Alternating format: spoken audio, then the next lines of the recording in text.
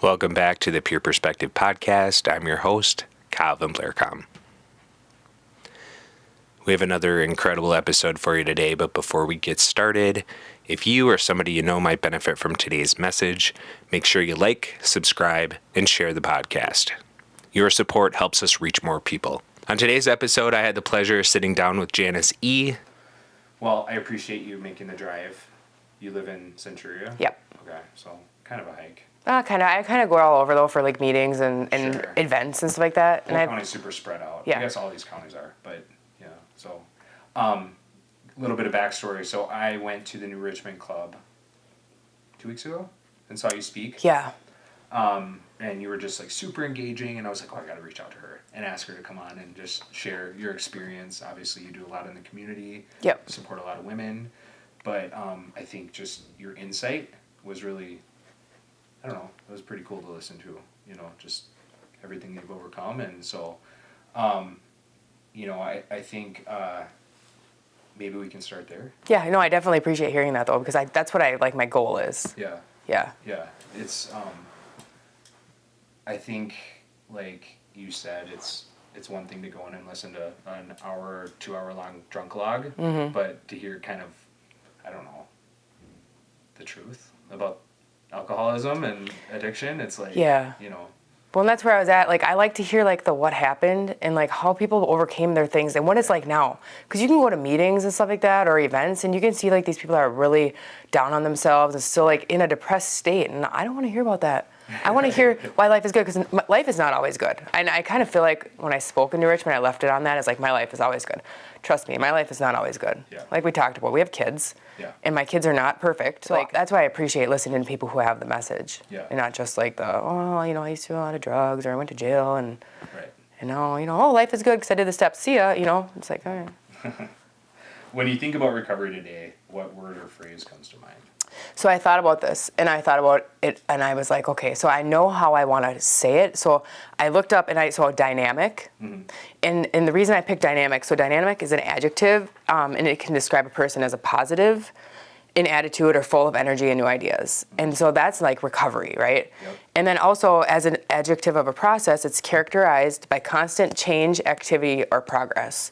So when I looked that up on my phone, this is what it said. Recovery is dynamic means it is a nonlinear, ongoing, and personalized journey with ups and downs and not a fixed destination. And for me, that describes my life. Yeah. And I love that. And so I looked that up, and then also I couldn't just do one phrase or one word. I had to do one more, and it was limitless.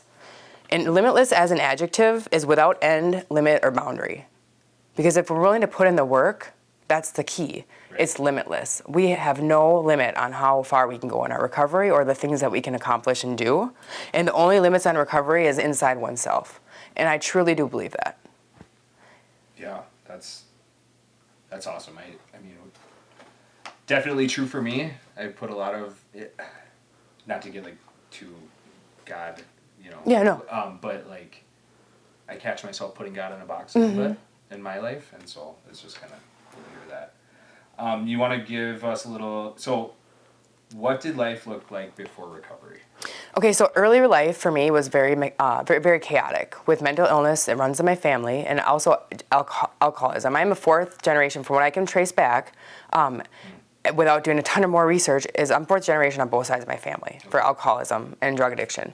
My family has been very toxic and not cohesive as I grew up. My mother was, she had mental illness, bipolar, and she was always on medications. And then also she was a single mom. So my dad left when we were young, and he was like the every other weekend dad. Okay. He was in the service too, so he would come home and take us on like trips once in the summer. Sure. For like 2 weeks and try to make up, I think, for that lost time. But he really, dad. yeah. So he really just was every other weekend dad. So when you see that, that's truly my life. He did pay child support and all that stuff. So my mom, we lived okay. She always worked in a factory. Okay. She wasn't educated, but she always showed up to work. And I think that's where my work ethic came from. Sure. Is even though we lived in a kind of chaotic environment with the mental illness and stuff, she always was a worker. I had a close family on my mom's side and my dad's side, but my mom, she she had this alcoholism, and it started flaring, I would say, probably around kindergarten for me. Okay. And every year she would go into these really bad, like it was bipolar, so she would go into these stints of these really deep low lows when there was trying to commit suicide or just getting the alcoholism. She would actually drove herself to treatment when I was an early memory when I was in 6th grade. She brought me to band practice in the morning, to like our band camp for the summer or whatever, and she left me there and she drove herself to treatment. And 8 hours after she had her last drink, she was still at a .40. Wow. And she was about 5'4", about 120 pounds when I was a small lady. Yeah. And so just for having that memory, and it's my brother and I, we kind of have like a joke about it. Like, yeah, nobody knows our story unless you had a mom that, blew blood alcohol content at .40, and drove herself to treatment at that time. She drove herself to Riverside. So that was just one of the examples. Like, I grew up in that, Not saying my mom was absent. My mom was a loving person, but I think because of her mental illness, she didn't have the capabilities of being a mother. Yeah. And it is really sad. I miss my mom deeply. She's been passed away. She actually passed away while I was incarcerated. And so it's a really sad deal. And the last words I said to my mom was, I finally learned how to drink. And so for her to hear those words from me, I can't even imagine how scared she was, because she was my first introduction into what AA was kind of. And I went to Alateen in Forest Lake when I was a kid. And so my dad was sober my entire adolescent life. However, he had his own battles. He was in the military, and so on the surface, everything was perfect, But deep down inside, in our family home, my dad was growing weed, and then he was sober, but he was letting us drink. So by the time I was 14, I was getting cigarettes and booze from my mom, and I was getting weed and booze from my dad, And I remember my dad was the first person who lit my little tin pop can, with weed in it. And so just having those memories is like when somebody as close, like a parent in that position, gives you the okay to do drugs like that, whether it's, I say drugs, and when I say drugs, I'm like, oh, drugs are bad, like meth and stuff. But no, weed is drugs. Like alcohol is drugs. That's substance. It alters your mental state. And when you're 14 years old, you're still growing. Your brain's still growing. And you're still trying to soak up all that time. And I'm still trying to strive for the attention from my mom and strive for the attention from my dad and the acceptance and the love. So when they're telling me that these things are okay, then that's a whole new perspective on life, right? That was something I really resonated when you shared that. I was like, God, that was my experience too, and it's right. I had a very similar experience growing up, and just seeing kind of getting that okay, them making it okay it sets kind of the trajectory in your life, So, anyway, sorry. But yeah, no, I mean, so that's why I try to tell people about that. It's not to bash my parents. My parents were loving people to the extent that they knew. There's a lot of learned behaviors when you know, as you come down, and the mental illness too, and that's real. And it was generational. Right? Yep.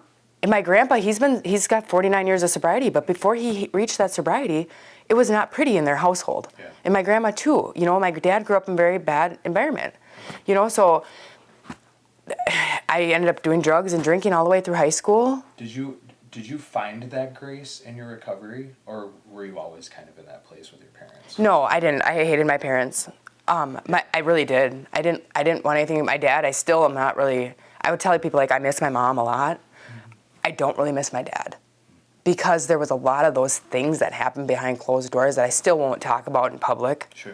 But there was things that happened, and I was very unhappy with my dad's family for a long time too, because I feel like they knew something was going on, but they didn't come in and help me or fix it or save us. I wanted to be saved. Yeah. So just coming from that, my younger brother, bless his heart, he's got PTSD, he's a mental illness veteran that's homeless because he can't put two and two together to fix his life. But I think because he got abandoned by my mom, and then he got abandoned by my dad, and then he went to the service, and then he came back, and everything flared for him with his substance abuse and stuff like that. I love him to death, but I can't save him either. And I wish somebody would save us. But that's why I came to the point when I got into the program, after a failed marriage, after abandoning my children for doing drugs and drinking, I was a young mom because I wanted that attention. So as soon as a male gave me attention, and I got pregnant right away, when I was 19. And I married him, and he was 10 years older than me. And it was like I was just searching for that love from somebody, like a father figure, and that's where I went with it. So it was a long time until I actually appreciated my mom. Now that I've been a single mom of 2 kids, I started looking back and I'm like, man, I really miss her a lot because I think that we could have did the recovery thing together. And then is that part of my codependency though too? You know what I mean? Is like, let me save you, Mom. No, the turning point, yeah, definitely when I was in jail when my mom passed away, you know, and just having that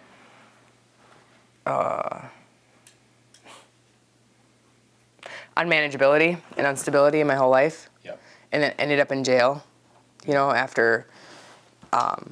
You hadn't like really. Had you gone to jail? Yeah. Yeah. Oh yeah. A lot. Yeah. Okay. Yeah. So this was like my 3rd time in this jail just for this warrant. Oh sure. Okay. Yeah, because I just never showed up because I didn't have. Okay, so you're homeless. Like, where do you send your mail? Right. So you didn't know. You know, I don't know. You know what I mean? And then also, so I had been in jail. Like, I got caught stealing at the Fleet Farm in Cambridge, so I Sandy County Jail, and I got caught with weed at the same time.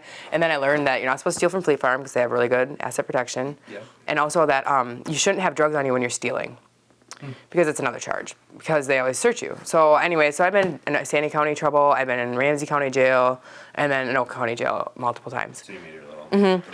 The thing about Anoka County Jail is my whole family lives in Anoka County, and my uncle was a cop at the time. So every time they'd bring me in, they'd be like, hey, I got Carlson's niece in the back seat. My uncle didn't think that was very flattering, especially when when my mom died, he was the one that actually had to call the jail. And so I had been in jail for, I don't know, about a week at the time, and I had been going to the programs in the jail and doing like the AA meetings and the self-help groups. And when I would go to these groups, they would just be like, the girls would be like, oh, I can't wait to get out, you know, I just want to go use, and they would just glorify their drug use. And at this time, I was down, I was beaten, I was broken. It was June of 2016. I knew I wanted to change, but I didn't know how to make that change. I'd been on a binge for the last about 1.5 years, hardcore.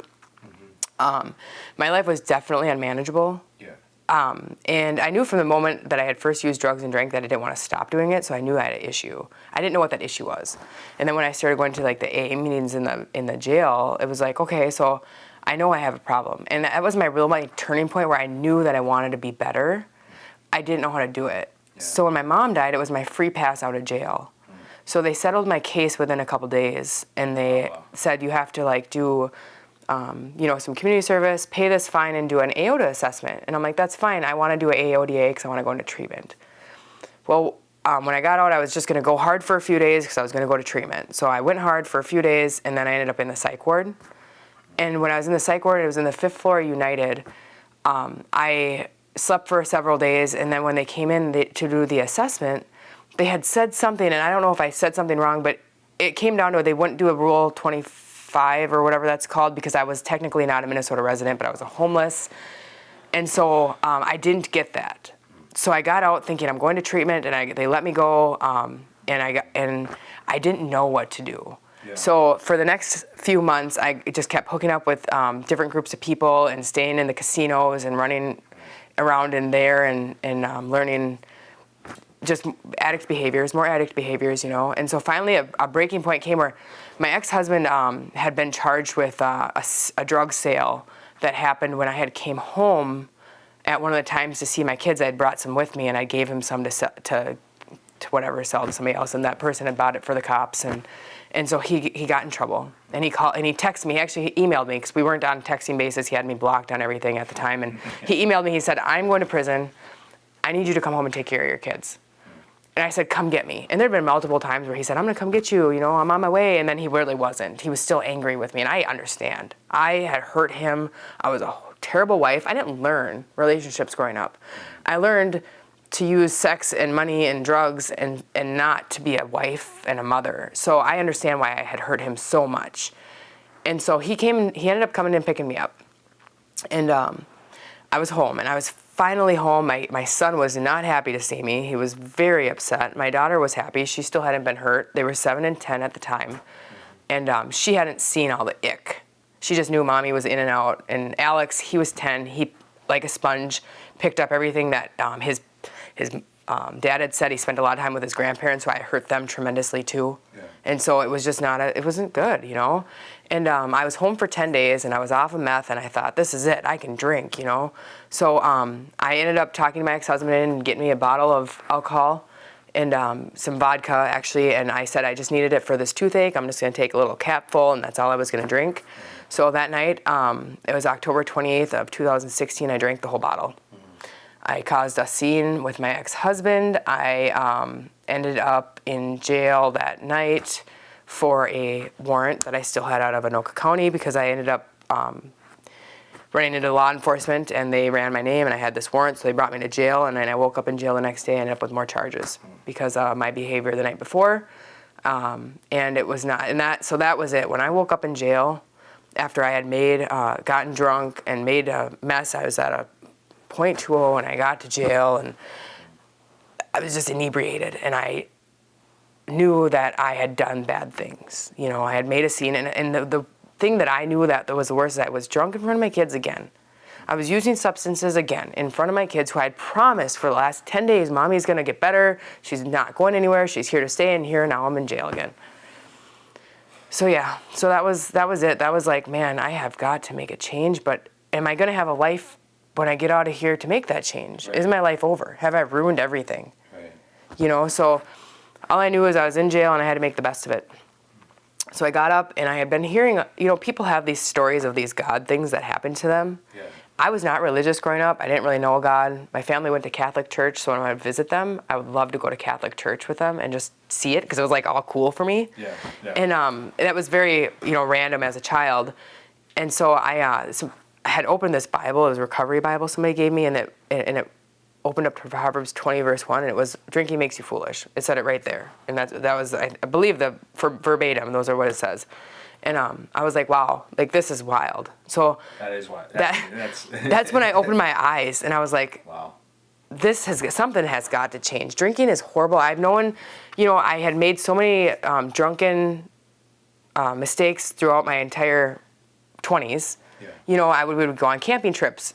Mom would get drunk and wreck everything. You know, we went on fishing trips with my family. They quit inviting me because Mom gets drunk and takes off with random people and does random things. And that's what I did. I would just get drunk because every time I set out, I never had one drink.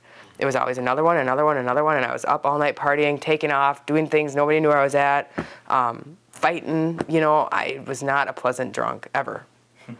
And so I knew that I shouldn't drink. So the fact that I was in there again, it was just heartbreaking to me. And that was the time where I said, this is enough, you know. So, I guess enter here recovery. Yeah, so that was, yeah, maybe we should. So how long have you been in recovery for? So my last drink was on October 28th of 2016. So my sober date is October 29th of 2016. So I have 9 years and a few months. Wow, yep. That's incredible. Since I've had drink or drugs. Yep. And so I think if I remember correctly, you had kind of told a little story about going down to the AA club, even though it was closed, and you like were instrumental in getting it moved. Can you kind of talk about like those early days? Yeah. And like what, you know, because I think that's important. I mean, there's kind of for a lot of people. Well, you didn't go to treatment. No, I didn't. I just needed 30 days in Polk County Jail. That's all I needed. And then you. Yep. But then you jumped right into AA. Yeah, so I got out. So when I was in there, we had the AA and stuff like that, and 2 weeks out of the 4. So I tell people, if you ever want to do some service commitment, go to the jails and do the AA meetings there because they need women. Yeah. We need women. We need to stick together as women. We need to help each other out because there's not enough of us that are willing to do the things. Yeah. And so I got out of jail, and my ex-husband he needs a mom for his kids, right? So he's still not sober. He's still has a substance abuse issue, but his lawyer is telling him you need to go to AA and do these things. So him and I, so he let me come back to the house and he let me stay there.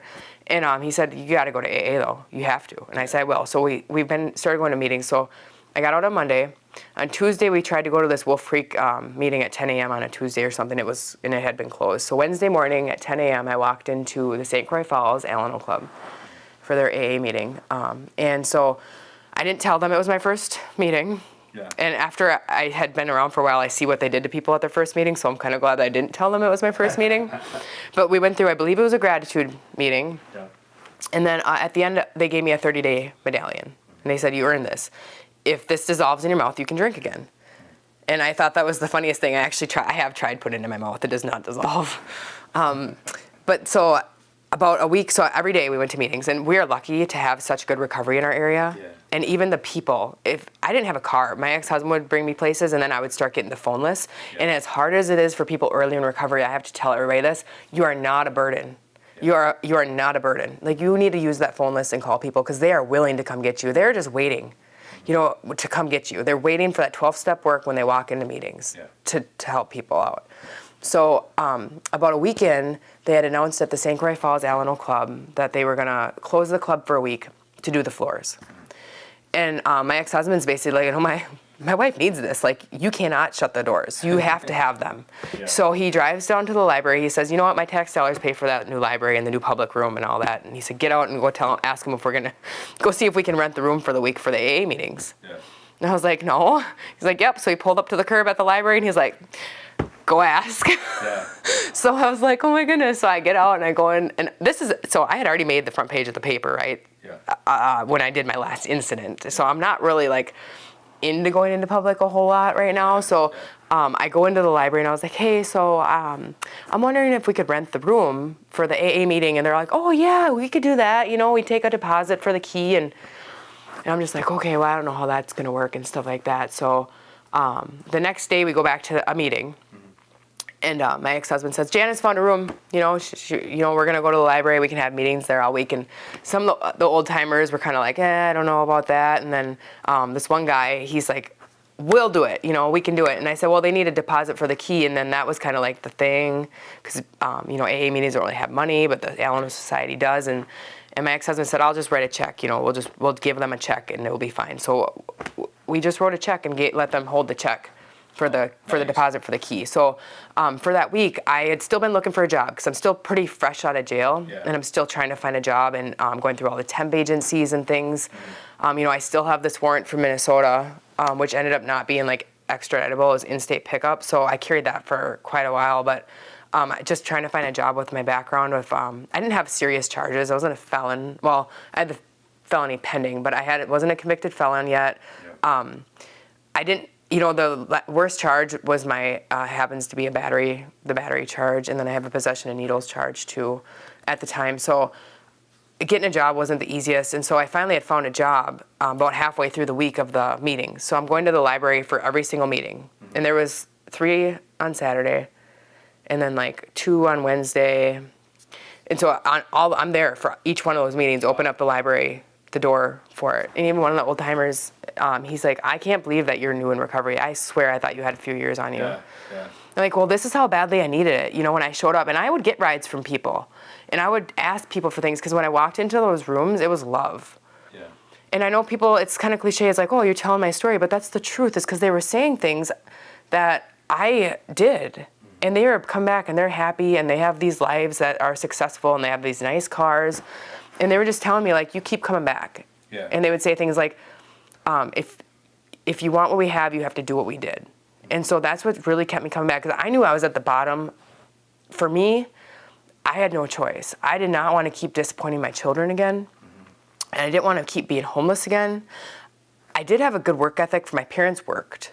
And so growing up, I never really thought it was an option to have a job. So even when I was using, I would go and get jobs, but then I could never make it to my first day, or I could never make it to my second day.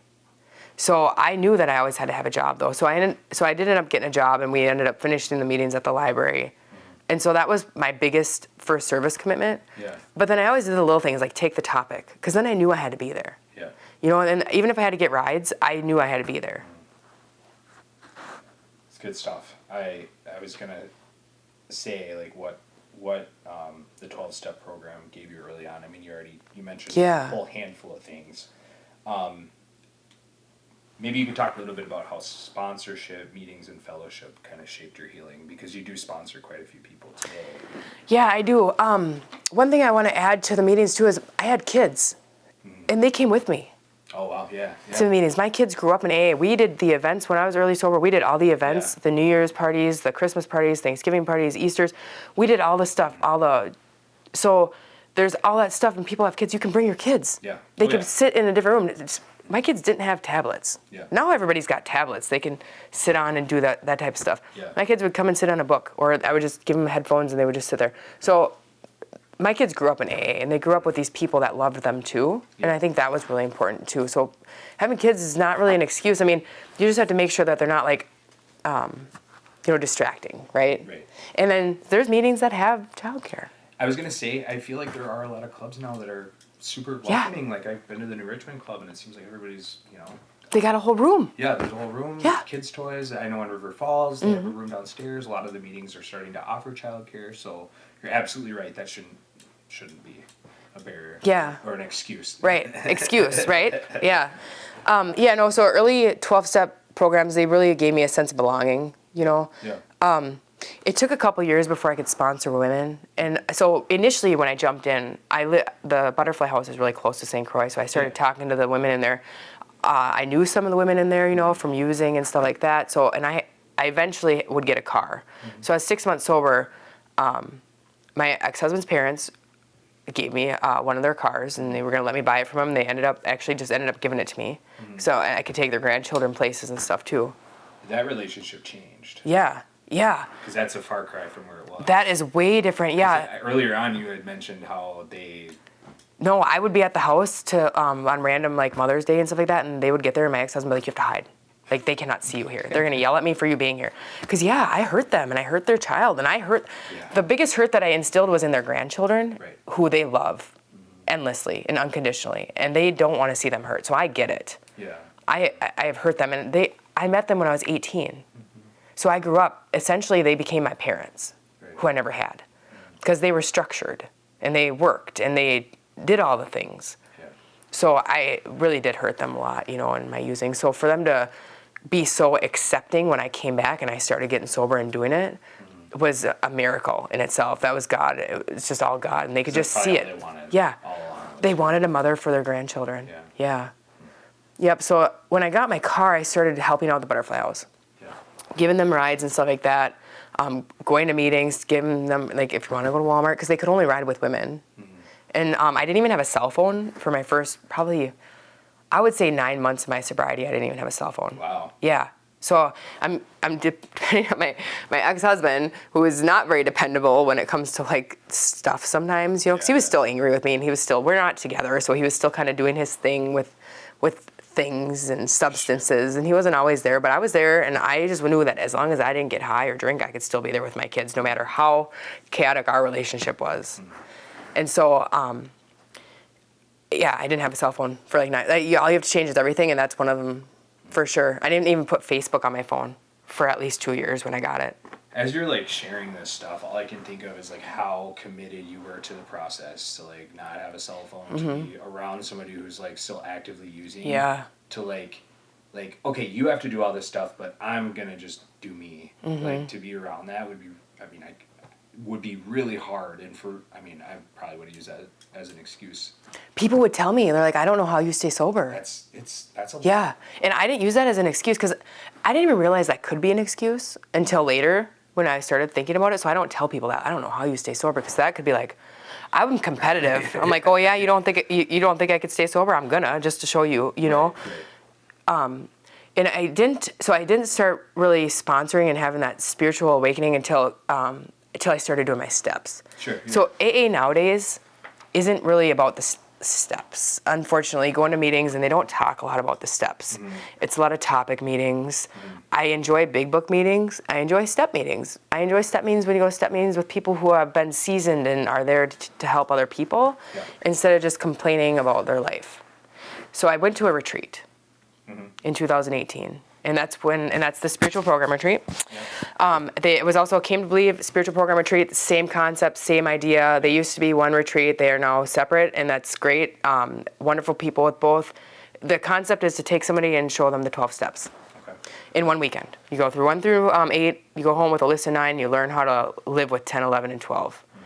So up to this point in recovery, I'd heard these things about this 4th step and 5th step. So I had done kind of 1, 2, and 3 with somebody who I asked to be my sponsor, and it kind of was not reliable, which is great. I mean, I've grown a lot over the no's that you hear from women to be sponsors, because I don't know what it is, but there's not a lot of women in our area that are willing to be sponsors. Yeah. Can you maybe talk a little bit about that? because you kind of brought that up Yeah. at the meeting, and I think it's true just across Yeah. the area. I mean, in River Falls, I know it's true. I mean, it's like 3-1. Yeah, I don't think if they just don't think they're adequate enough. I don't understand. You are worthy. You are enough. You have a story. You know, they always said, when can you start sponsoring? As soon as you did the steps and you've had your spiritual awakening through step 12, you start helping others. Yeah. So I don't know if people just aren't doing the steps or why. I don't know. And then the ones that are sponsoring women are overloaded. Yeah. You know, because that's what our goal is, to carry the message and then live our lives too. So once we get sober, we have all these hours in the day. We get to do all this other stuff too, right? We get to be moms. Right. We get to go back to school and be students. We get to be sisters. We get to be, granddaughters. We get to do those things again. And we also get to show other women how to live. Yeah. And that's our goal. Like, that should be our goal. Yeah. I mean, it's recovery. Do you sponsor? Not yet. We're working on it. Putting you on the spot. Yeah, we're working on it. Yeah, no, and that's why I like to set women up. So when somebody asks me, "Will you sponsor me?" I'm like, "Well, let's take a minute and talk about that. Let's go have coffee and talk about it. Like, what are you looking for in a sponsor? Have you done the steps? Have you had your spiritual awakening as the result of these steps? Do we need to revisit steps 4 and 5? Right. And so that you are equipped to help the next person. Because my goal is to go through the steps with you, and it doesn't solve all your problems, but it helps you cope with your problems, and it helps you to share your story with other people. Absolutely. Yeah. Yeah, I personally, speaking from my experience, I didn't find success in recovery until I read the book. I've read it like 5 times since I've been sober now. I mean, I go Tuesday nights, we have a men's meeting, we go through the book, and anyway, so it wasn't until I worked the steps, read the book, jumped into the program, and oddly enough, I'd been coming to AA for so long. Yeah. And I never even, I'm like, I'm not going to do that. I'm not going to do those steps. Like, I'm not going to, follow through with what they say you got to do to be successful. Yeah. No, I feel you. I feel you. Because it's like when you go in there and you hear the things like one's too many, 1,000 is never enough, and it hits you, and you're like, yes, but I want a solution for that. Yeah. Or you go to these big book meetings, they talk about the problem, the phenomena of the craving. Once you have one, you don't know when you're going to stop. Yep. It's all bets are off. Yep. But then when you also read like the promises, like in the big book, I think it's like either page 84 or 89. It's like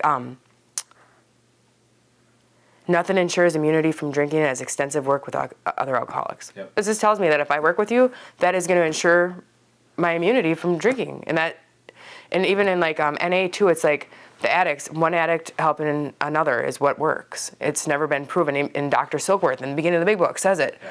Like, nothing has been able to permanently eradicate this problem, but help with other people, other alcoholics. And so those things I don't think are shared enough in meetings and things. And I get it. It's just like people just learn and they learn and it evolves. But the promises and the solutions are in the steps. Yep.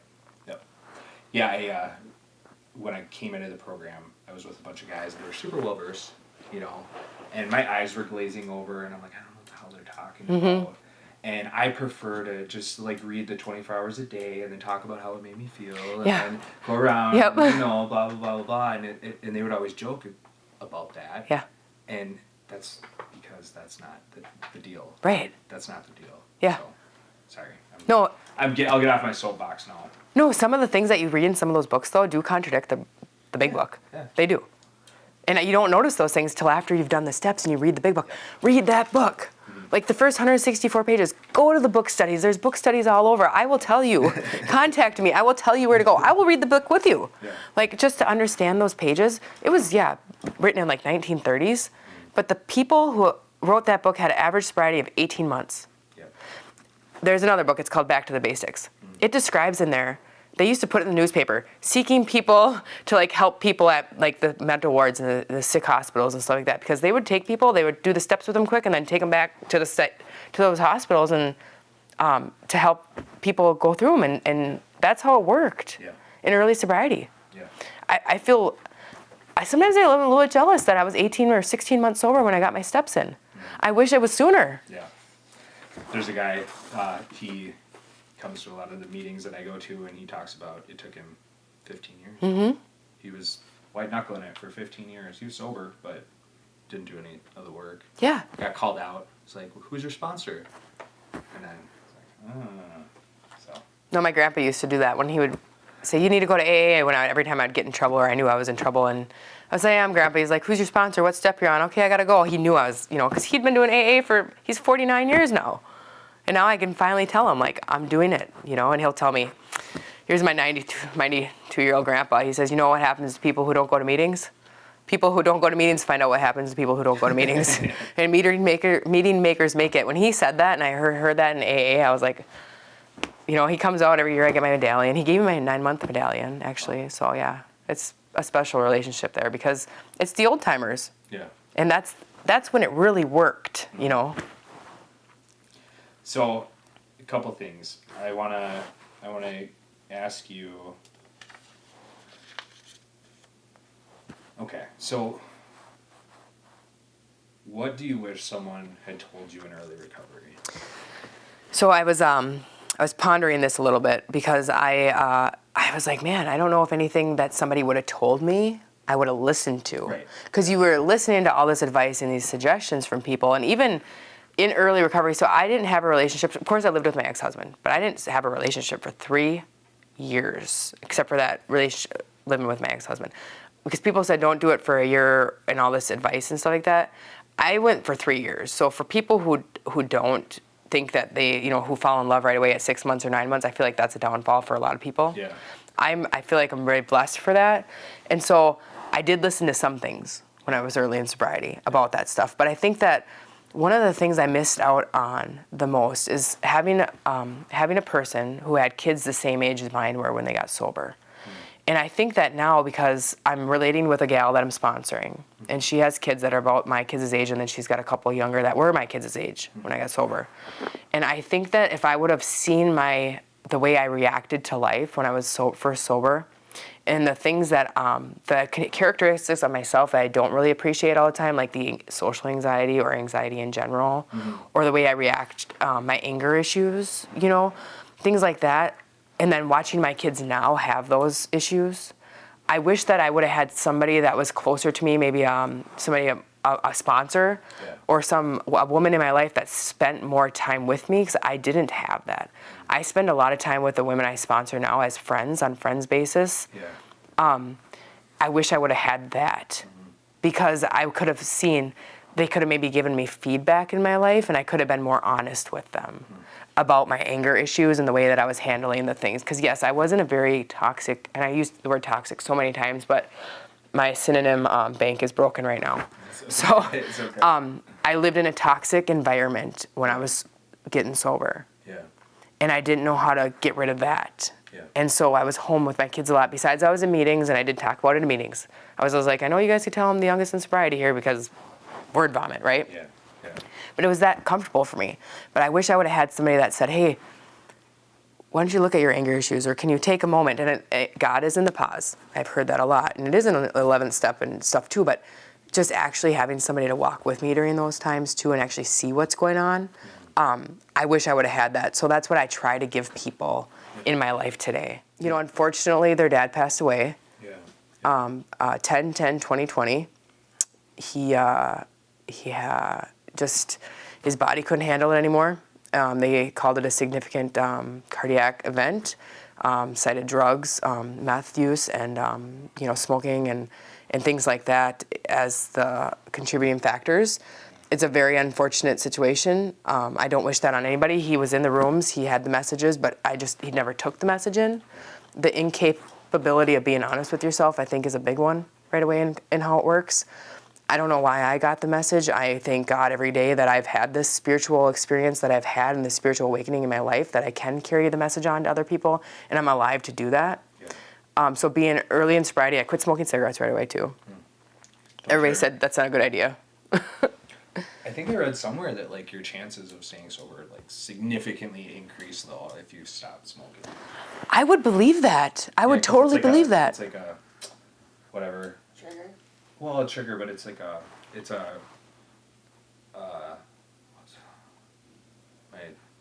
mind isn't working. A compulsive behavior. It's like a repetitive thing that you do. You know what I mean? Like when you're driving, you gotta smoke, or when you're. That's what, and that's So if you that was the eliminate all hardest. those Yeah. things, it's the same pathway in your brain Yeah, and I did, but I also know women that are like, well, I just can't quit smoking right now, and that's okay too. But I vape, Yeah. so I'm no, I'm glad I didn't do that because I like everything too much. Yeah. So when I quit, I had to quit it all. I tried going down to like 1 cigarette a day, it didn't work. Yeah, But just I was done, and Got the entire compulsion was removed from me. Yeah. And then I started thinking, if God has done all these things for me and wants me to be a healthy person, what am I to throw this body away? But I had gained a lot of weight too in that time of quitting smoking and obviously getting off of meth and stuff like that. But so being so from going from a drug addicted mother for how many years to being a single mom all of a sudden at 4 years sober, it was a crazy experience. Yeah. And my kids were just starting to get into their activities and stuff like that, and then COVID was going on, and So you bring up an interesting point just about kind of that self-love and early recovery and kind of, you had mentioned just how you see yourself, right? And can you talk a little bit about how you, I don't know, were able to navigate some of that stuff? yeah. So I always wanted love and acceptance from people, Yeah.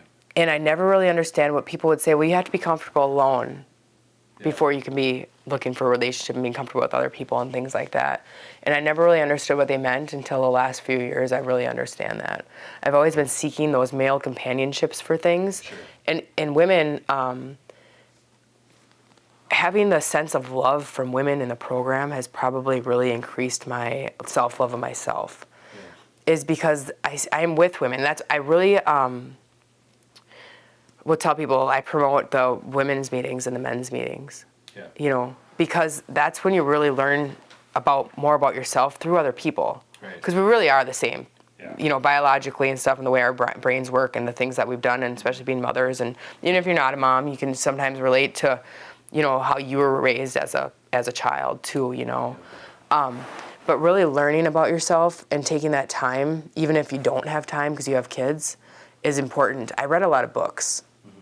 Brene Brown, and when I was early in sobriety, people would suggest these books and I would just buy them. And I was going through my book cabinet the other day and I was kind of separating them from ones I've read or ones that I won't be reading soon to ones that I will be, I plan on picking up again. And I think that's really what propelled me is the self-help books and the meditating, learning from other people. I tried some yoga and stuff like that and listening to other people, and telling yourself every day that you are worthy. We all have these body images, right, of ourselves. Right. If we're not a size 2 or a size 4, it's like we're overweight, and I've never been that small, except for when I was using, I was smaller, right? But I was super unhealthy. So just coming into the program and just having that acceptance from other women and being lifted up by other women instead of them, going behind your back and, doing whatever that we do to each other. Yeah. That was a big thing for me is to learn to love myself through other people. Yeah, I think we get to see like healthy people in the program and people that are able to. We're all still alcoholics and Yeah. but you get to see like how I always say like you gotta keep showing up, and then you start to build those relationships and then see how people navigate their own issues and stuff. I don't know. It's been super helpful for me because I didn't know how to act. I didn't know how to be an adult or relate to other people if it wasn't, relating to drugs or alcohol. So. Well, and one thing I do want to say too is when you come into the program, it's principles before personalities, and I didn't understand that at first. Right. Yeah. And I still have sometimes a hard time with that. Yeah. But I'm going to tell you what, when I walk into a room, I love everybody, no matter where they came from or what they've done, because if you were to judge me based on what I've done, I would not be here. And I would not be loved because I've done some really horrible things to people. Yeah. And so for people to be like, well, so-and-so did that or so-and-so did that, it's like, I didn't, and I still am working on that. It's been, even the last couple of years, I've grown immensely in that area because I have made mistakes in recovery. We all do. We are still human. I am not perfect. I am far from it. I still say things I don't mean. I still do things I shouldn't do. But the last couple of years has been a big impact on me. I think it's my kids are getting older and stuff like that, and I'm just learning a lot more to love everybody. So, I know you had mentioned you didn't want to say that everything is great. Right. Covered. Yeah. So I do want to say, like, what keeps you grounded on hard days or difficult days? And then we'll close it out after that. Yeah, I would say that the fellowship. The fellowship is really what keeps me grounded for sure. Every day I have people in my life that I talk to Yeah. in recovery. Yeah. I have people that are not in recovery that I talk to every day too. You know, my supervisor's not in recovery and she loves me. When I first met her after my whole newspaper incident, she said, "I forgive you for anything you've ever done." You know, and she just knew from that we would be friends. And we've been friends for probably 8 years now. Yeah. And she's not in recovery. And she doesn't understand how people just can't stop at one, and that's okay. Yeah. But it's just talking to the people when I'm having hard days, keeping myself knowing like I'm a scheduled person. I'm a very routine person. Type A. That works for me. Yeah. Yeah. I have my calendar is full. Yeah. I like to know what's going on. One thing that doesn't work for me is when something cancels on me or something changes. So I'm still learning how to ground myself in those areas because I get totally thrown off when like something is going to change, or like even if I'm going to go to the store and all of a sudden we change plans on what's for dinner and now I'm like at the store and I'm like, why did you do that to me? Yeah. Now I don't know what I'm shopping for. But I think that just having the people in recovery and not holding back. So I'm sponsoring. I have three women that I work, I would say fairly close with right now. One of them has been sober for 6 years. She's was in the Butterfly House. She's been sober for 6 years. She comes up here every couple weeks and visits me. I love her to death. She's amazing. I don't have to, but she's still, hey, sponsor, I need to talk to you, but also a friend, right? There's a gal I'm sponsoring now. She's about 9 months sober, and she's doing phenomenal. We did her steps. She's got kids about the same age as mine. I talked to her. She's one of them people where you have to tell people they're not a burden to you. They are a blessing. So at first, she's like, I didn't want to text you, so I'll call her. I'll text her. I'm not going to chase you down, but I'm going to continue to, she says, if I don't reply, please keep getting a hold of me. And then, and then I have another gal who's just struggling with sobriety, and she knows she wants to stay sober, but it's like trying to reinforce those why do you want to be sober type of things. Right. But I'm still going to love you forever because you're still trying, And I just tell them, like, my time is very valuable. But I love these people, and I'm going to help you wherever I can. My phone is always on. And so being able to help other people and then also talk about my things. I have a loving, supportive boyfriend at home who I don't know where he came from or whatever, but he has helped me immensely too, is like to slow down, like, hey, can we chill out for a second before you say that? Or, we don't argue or yell, and so that's different for me. Yeah. My kids, I just want to give my little plug for my kids because they're amazing. Yeah. They're amazing human beings. My son is going to be 20 in May. He's in his second year of college. He's going to finish his 4-year degree this year. That's awesome. In political science because he brought some credits with him from high school. Like, my life is not perfect. I have to do those things. I don't, sit and dwell on them. I just try to fix them, but maybe I'm the fixer and that's, but I also have a 17-year-old who is amazing. She's an all-star athlete. She's been there. I've been there. I'm her mom. I'm her mother. She loves me. Thank goodness I have the love for my kids today. She went to state last year for track. She's on a club volleyball team year-round. She plays volleyball for school. She's breaking records. She's a basketball player. Everything she does, she's good at. She's a kinship mentor. She's on student council. It doesn't just stop in the gym. She's a lifeguard she works. Wow. She wants to get that bread, and I keep telling her it's on the counter in the kitchen, and she's like, not that bread, right? You're so cringy, Mom. It's like 6, 7. I'm good with that. Yeah. She's just great. And my family's amazing, too. I have an older brother who I've got his love back. We went from, he told me to never, basically I never ever want to see you again, stay away from our mother, to bring me up to Red Lake when we were able to bury her. My family's from the Red Lake Indian Reservation. So we were able to have a ceremony for her up there when we did that. My aunts and uncles trust me in their houses. Again, my grandpa calls to check in on me. It's the things. I get invited to family events. Yeah.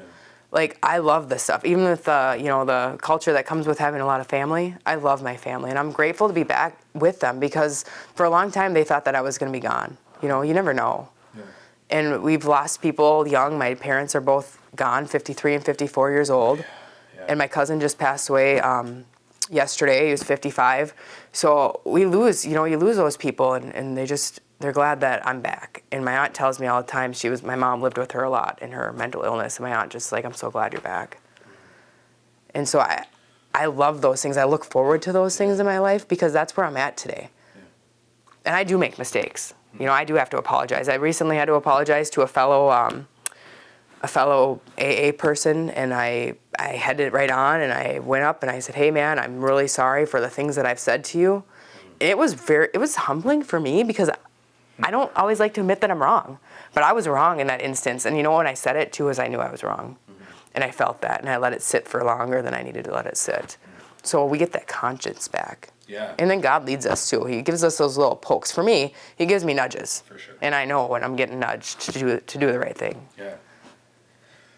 It's awesome. I appreciate you sharing all of that. I mean, to see kind of where you were and then where you're at now in your recovery and how you're able to show up for other people, it's pretty inspiring.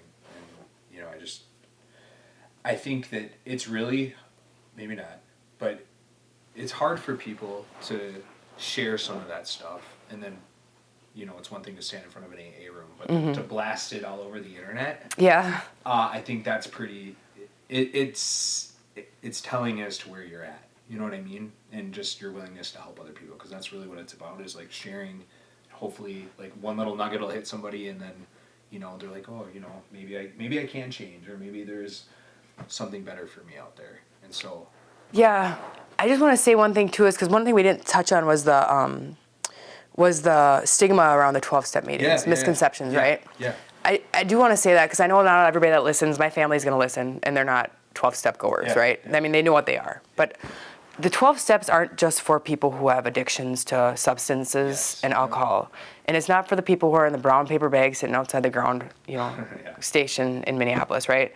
12 steps can be in a lot of different forms. You can be addicted to food. 12 steps for food. I have been a member of Overeaters Anonymous. I've lost 100 pounds now, and that's what really propelled me into the weight loss, is the Overeaters Anonymous, because that's a whole nother addiction, right? Gamblers Anonymous. People, gambling is a thing. There's people who don't have any issues, but they go to the casino every time they get a check and they lose it all. Or their credit cards are maxed out. Average credit card debt of people in America is like $14,000. That's crazy to me. Also people can be addicted to people and their feelings and the drama and those things. The 12-step groups help with all that. The Codependence Anonymous, things like that. There's Sex and Love Anonymous too. I mean, there's all these different fellowships that you can find at your fingertips on Zoom and all that stuff. And if you don't like the first meeting that you go to, try another one. Yeah. So people say, well, I didn't like it. Well, try another one. We're so blessed to have so many, a variety of it. And that was another thing, is like the hope that I have for people is the amount of recovery and events that we have available to us all over the place, all the time. There's no excuse to go to a meeting and say, I don't like it or it didn't work for me. Yeah. And I get that AA is not the only way to get sober. I understand that too. I have friends that were junkie like me who didn't use AA to get sober. Yeah. And I appreciate them too, and I like when they share their story because it gives everybody hope. You don't have to be in AA just to get sober.